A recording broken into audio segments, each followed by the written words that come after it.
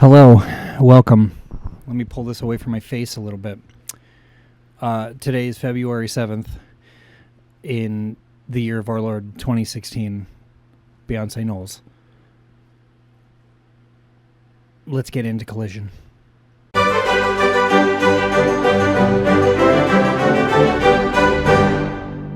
We started off the episode pretty strong, and by pretty strong, I mean, I think there's a new theme song, and I'm cool with that. It sounded good, worked just as well as any other has with the visuals of the action that happens in the ring. I'm not mad at it. I want to kind of listen to it a couple more times, but I'll find it on the internet at some point and re-listen to it 5, 6, 7 times. But we got straight into a pretty decent match. It was the Young Bucks versus the Gates of Agony, and very, very. I mean, it was strength and power versus speed and agility. And what more could you ask for? It's David and David versus Goliath and Goliath. And boy, howdy, did it turn into something that I didn't expect. Everybody, all four everybody was flying around. It was insane. The Young Bucks were pulling Young Buck shit. The Gates of Agony were being big, strong boys slapping man meat. And in the end, the Young Bucks took the victory. It was hard fought. It was awesome. It was fast paced. It was exciting. Tony Schiavone pointed out how strong the Gates of Agony are. Like, look at how strong that man is. Like, it was a very good match, top to bottom. And then as soon as the Bucks got the win, their music didn't play, not instantly. Instead, FTR was hiding in the back with Big Stoke, and they were like, hey, congratulations, good win. We know you want these titles, but it's never going to happen because you've been trying for years and years to years to get on our level, and it hasn't happened yet, and it's not going to happen in the future. So deal with it, and have a great night. Bye-bye. That was that. That was the whole thing. It was good, though. It was a good setup. Everything got put together very well. Gates of Agony look strong. Young Bucks are looking good still. I mean, even when they were doing their whole weird little run when they were, like, broke, they were still looking strong. They just couldn't get the victories. We rolled into a promo for tonight's Triple Threat main event. Not mad at it. I was glad they did that because I missed Wednesday. Sorry. My 9 to 5 is killing my 5 to 9. So it's fine. Everything's working out just fine. But so we had that little promo package setting up for the main event tonight, and it went swimmingly, which then rolled straight into a Statlander little in-ring promo with Renee, and right as Stat was doing her little thing in the corner to pose, Tekla came out, slid into the ring, did her spider stance, scared the hell out of Renee, who ran off, and then the Triangle of Madness put a whooping on Statlander, and all to the point where Tekla took her belt off and whipped her, I think, like 25 frickin' times. Top to bottom, just whippity, whippity, whippity, whippity, whippity. And the whole in-ring promo was supposed to be about Statlander picking the stipulation for the match between her and Tekla as far as, you know, what kind of match they're going to have for the women's title in their next Collision. And Stat was like, oh, guess what? You get to meet Straplander. We're having a strap match. Fine. I'm good with that. It's going to be very interesting because that means no DQ, which means the Sisters of Sin can come out and do some shenanigans, which means that the Babes of Wrath can come out and do some shenanigans, and it's going to be, in the immortal words of JR, a slobber knocker. So I'm looking forward to that on Wednesday. That'll be very fun. I am so excited to see what happens with that. Moving on from there, we had a promo in the back with Fletcher saying like, oh yeah, I still got my eyes set on that TNT title. I'm coming back for it. It's mine. I need it. And then Okada came in and was like, hey, you're a great wrestler. I'm your friend. I'm your brother in arms. Unlike Takeshita. So I hope you do really well when you get a chance at that title and you bring gold back so you can be a champion like me. Ha ha ha. And then he walked off and Fletcher was smiling like a Cheshire cat. So there was that. Then we got Scorpio Sky versus Kevin Knight. And that was an interesting match. It was very much goofy wrestling for life. There were... The crowd started chanting SCU, which hasn't been a thing in like 5 years. And Kevin Knight was like, oh, so you're stuck in the past. Ha ha ha ha ha ha ha. And then there was a whole back and forth, and they were flexing at each other. And then at some point, Kevin Knight called Scorpio Sky bald. And it was really silly for like the first 3 minutes, 4 minutes of the match, and then it got into serious wrestle business time, and it was a lot of craziness, and it ended up with Knight picking up the victory after doing a UFO splash halfway across the ring, and I mean horizontally halfway. I'm not talking halfway like turnbuckle to turnbuckle. I'm talking literally halfway diagonal. It was far, but it worked, and he got the win. So they're pushing him for seemingly some kind of solo run. He might end up getting some mid-card title, but we'll just have to wait and see, because I got to see a couple replays of Wednesday, and they showed a package of him on Wednesday. So they're going to do something, and I'm not 100% sure what it is yet, but I'm excited. I really am, because we have a lot going on, and they just keep rolling out more and more fun stuff.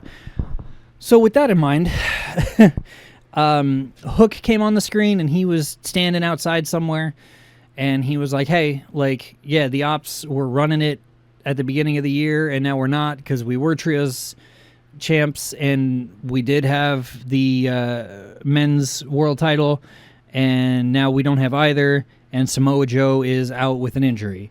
So in his infinite wisdom, he has put me in charge of the Ops, so get ready. That was it. That was the whole thing, and that was fine. I like Hook. I kind of wish that they had left him as a non-speaking member of the roster. I think it was a lot more fun when he was just like the silent killer. But let's see where this goes. Let's see where it goes. Right after that, we had Viva Van versus Mina Shirakawa, and that was just kind of a quick little thing. I don't think it lasted a full 5 minutes. Mina obviously picked up the victory. Viva Van had a little bit of a good showing. They made mention of how the two of them were tag team partners. I don't remember if they said in Stardom or in New Japan, but they tagged together for a little while overseas, and so they know each other, and that was mildly evident. There was a few little reversals here and there for stuff, but like I said, Mina definitely picked up the win. Her music played for 37 seconds, and then the Death Rider music played. Because immediately after that, we rolled into Shafir and Yuta versus Zeta Steel and Dante Martin. Yeah, Yuta had a pair of clippers, which that was fine. You know, he's gearing up for, I believe it's this upcoming Wednesday, they're having the hair versus hair match, which is going to be fantastic, because I can't imagine which direction this is going to go, especially because they were talking about the losing team has to shave their head. And again, I saw a clip of Toni Storm from Wednesday saying something about she's going to look like a bald peepee. So like, I think Orange Cassidy will be fine. He can grow his hair back. His hair isn't very long anyway, so he could grow it back pretty quick. I think Toni would run with it, and like I said, I'm pretty sure she would go with wigs, and it would be fine. I'm sorry. So after the match, with Dante and Zeta Steel versus Yuta and Shafir. Yuta grabbed the clippers and went over and picked up Dante and was like, oh, I'm going to shave his head. I'm going to shave his head. And then he was like, no, I'm just kidding. And then he grabbed Zeta Steel and was like, I'm going to shave her head. And then Toni Storm came out with a pair of scissors and wound up with her hands curled in Shafir's hair, and she was going to cut some of her hair. Yuta saved her. They had a standoff, and then the Death Riders took off, and we went to commercial break. So I'm very curious how this is going to end up here in after the hair versus hair match. I'm so curious who's going to be bald. So with that in mind, we move to the next thing, which was Jamie Hayter and Alex Windsor walk into a bar. The joke about that is that this is going to be some kind of new tag team, and there was a trademark or a copyright or something filed for their new tag team name. They did both beat up a guy really quick. Windsor slammed a big dude's head into the bar, and then Jamie Hayter smashed a glass over his head. And then Jamie Hayter was like, oh, I know the name of our team. Ha ha ha ha ha ha. So they are going to be called, allegedly, the Brawling Birds. I don't have anything else for that. That was the promo that played. We've got the Brawling Birds now. So yeah. There was a little MJF thing that was filmed after Wednesday's show when Brody Lee beat him, where he was just like, oh, like, you know, you guys think that you're going to be able to get one over on me, but you're not, because I'm MJF and I'm better than you. Didn't last very long. Very quick thing. Moves the wheels forward on all of that. So we'll see what happens in the men's world title picture over the next couple of weeks. We are officially like a month away from the first pay-per-view of the year. So get excited. I'm so excited. Okay, moving. Then we had techno. We had techno music playing. Tekla versus Brittany Brooks. And I just have to say one thing right off the bat. I don't like how she spells her name, Brittany Brooks, because it's Brittnie. No one's going to remember that. You could go with Britt Brooks. Just don't go with Brooks Wackerman. Brittany Brooks, that was a hell of a squash match. It lasted 2 minutes, maybe, tops, 90 freaking seconds. And then the Sisters of Sin rolled into the ring after Tekla got the victory, and they held down Brittany Brooks, and then, I'm kicking things. And then Tekla took her belt off and started whipping Brittany Brooks, being like, this is how I'm going to win the title on Wednesday, ha ha ha ha ha ha ha. Or not Wednesday. I believe it's next Saturday when they're down in Australia. I'm pretty sure that's when that's happening. So we're up to a week away from that. Strap match is going to be awesome. Then we came to the parking lot brawl, and there was a lot going on. I have no notes. I have very little notes. I have a couple of notes. So it was Kingston, Ortiz, and two of the Rascals, Xavier and Wentz, versus Big Bill, Brian Keith, and Gibson and Drake of Grizzled Young Veterans. And they were on top of a parking structure somewhere in Vegas.